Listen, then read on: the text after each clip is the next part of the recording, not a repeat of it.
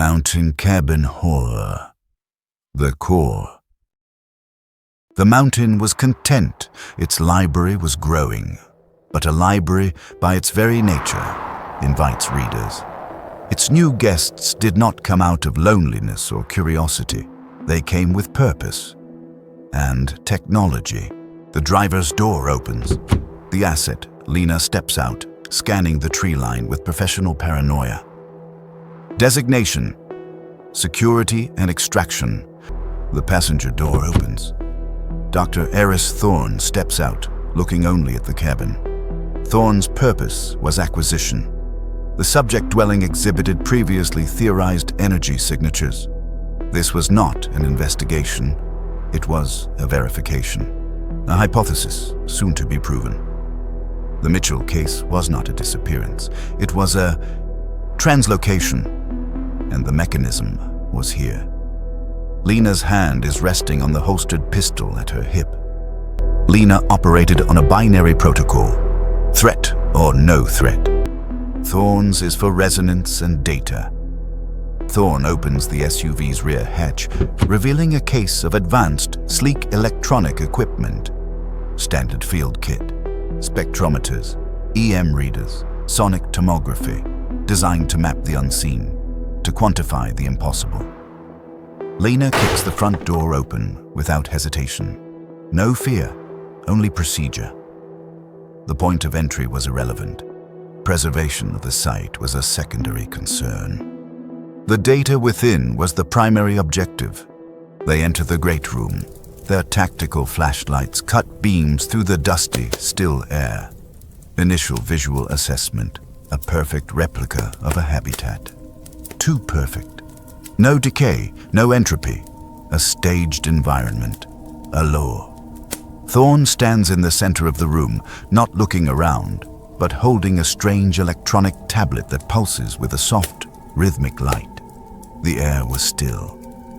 The silence was algorithmic. My readings spiked immediately. The structure wasn't just built on the anomaly. It was coupled with it. The database was online, and it was waiting. Dr. Eris Thorne of Hyperion Geometries. He wasn't looking for lost people. He was looking for lost knowledge. The energy signatures from this mountain had finally tripped a wire in a silent, global monitoring network. He didn't see a tomb. He saw a database. Where the ranger saw a mystery, Thorne saw a validation. The patterns in his dreams, the equations he'd scrawled on walls during fugue states, they were real. And he believed they could be controlled. He wasn't here to explore. He was here to extract, but the mountain could heal itself. It was alive, and it did not like being prodded. Its response was not a whisper. It was a scream, a data burst of pure, screaming insanity that shredded their instruments and their nerve. The cabin was no longer a lure. It was an immune system responding to a threat. And we were the infection. We were trapped not with the mountain's mind, but with its body. And it began to digest. Thorne was ecstatic. He saw it not as a defense mechanism, but as communication. He was trying to negotiate with an immune system. The stone fireplace begins to bleed. Thick black blood oozes from the mortar between the rocks. Lena ignores Thorne, placing a small shaped explosive charge on the fleshy wall. The charge doesn't stick. The wall seems to absorb it, the material flowing over the plastic casing. Lena backs away, pressing the detonator. Nothing happens. The wall is silent. The wall where the charge was placed bulges outward, forming a perfect, pulsating replica of the explosive device. A blinding white flash erupts from the bulging wall. The shock wave is silent for a split second. The sound hits. It is not an explosion, but a monstrous, deep, echoing heartbeat that shakes the entire cabin. The shockwave throws both Thorn and Lena backwards onto the soft, fleshy floor. It gave it back. The blast didn't break the cabin. It gave it a heartbeat. The entire structure begins to breathe. The walls expand and contract rhythmically. Thorn gets to his knees, his journal forgotten. He finally looks afraid. The black, oily substance on the walls begins to form into shapes. The shapes resolve into the faces of the absorbed. Elias, Elara, Anya, their mouths open in a silent scream. Lena aims her pistol at the face of Anya, her hand trembling. The face of Elias seems to look directly at her, its stone eyes filled with an infinite sadness. The chorus wasn't trying to seduce us. It was warning us. They were the previous meals, and their eternal torment was to now become the lure. A tendril of black resin shoots from the wall, grabbing Lena's ankle with a sound like cracking whip. Lena is pulled off her feet. She fires her pistol twice into the tendril. The bullets are absorbed without effect. The tendril pulls, stretching her leg at an impossible angle. Another tendril whips around her wrist. The tactical glove and the skin beneath it dissolve on contact, revealing the bone beneath. The exposed bone immediately turns gray and petrifies, becoming rough, porous stone. Lena screams, a raw sound of utter terror and pain. Thorn watches, paralyzed, his scientific detachment shattered. It didn't just consume, it translated flesh to stone, thought to pattern, life to data. Lena is pulled into the wall. It doesn't swallow her, it integrates her. Her tactical gear morphs into rough, stony plating, fusing with the logs. Her screaming face emerges from the wall, her skin paling to gray. Her eyes cloud over, turning into dull, milky quartz. Her scream is silenced, frozen on her petrified face. She's now a permanent statue, a sentry in the mountain's defense system, part of the cabin structure. Lena became a new fixture, a warning to the next guest. The chorus of faces on the walls grows louder, their silent screams now feeling accusatory. The floor in the center of the room liquefies, forming a swirling black vortex. From the vortex, a staircase of glowing crystalline rock spirals down into the absolute dark. The air grows cold, the breathing of the walls slows. A silent invitation is extended. The cabin was done with him. It was opening a direct pathway, an invitation to the core. There was no choice. To stay was to be absorbed into the walls. The only way was down, into the city, towards the source.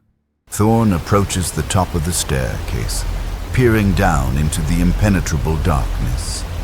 He takes a hesitant first step onto the crystalline stair. It feels cold and alive under his shoe. He descends.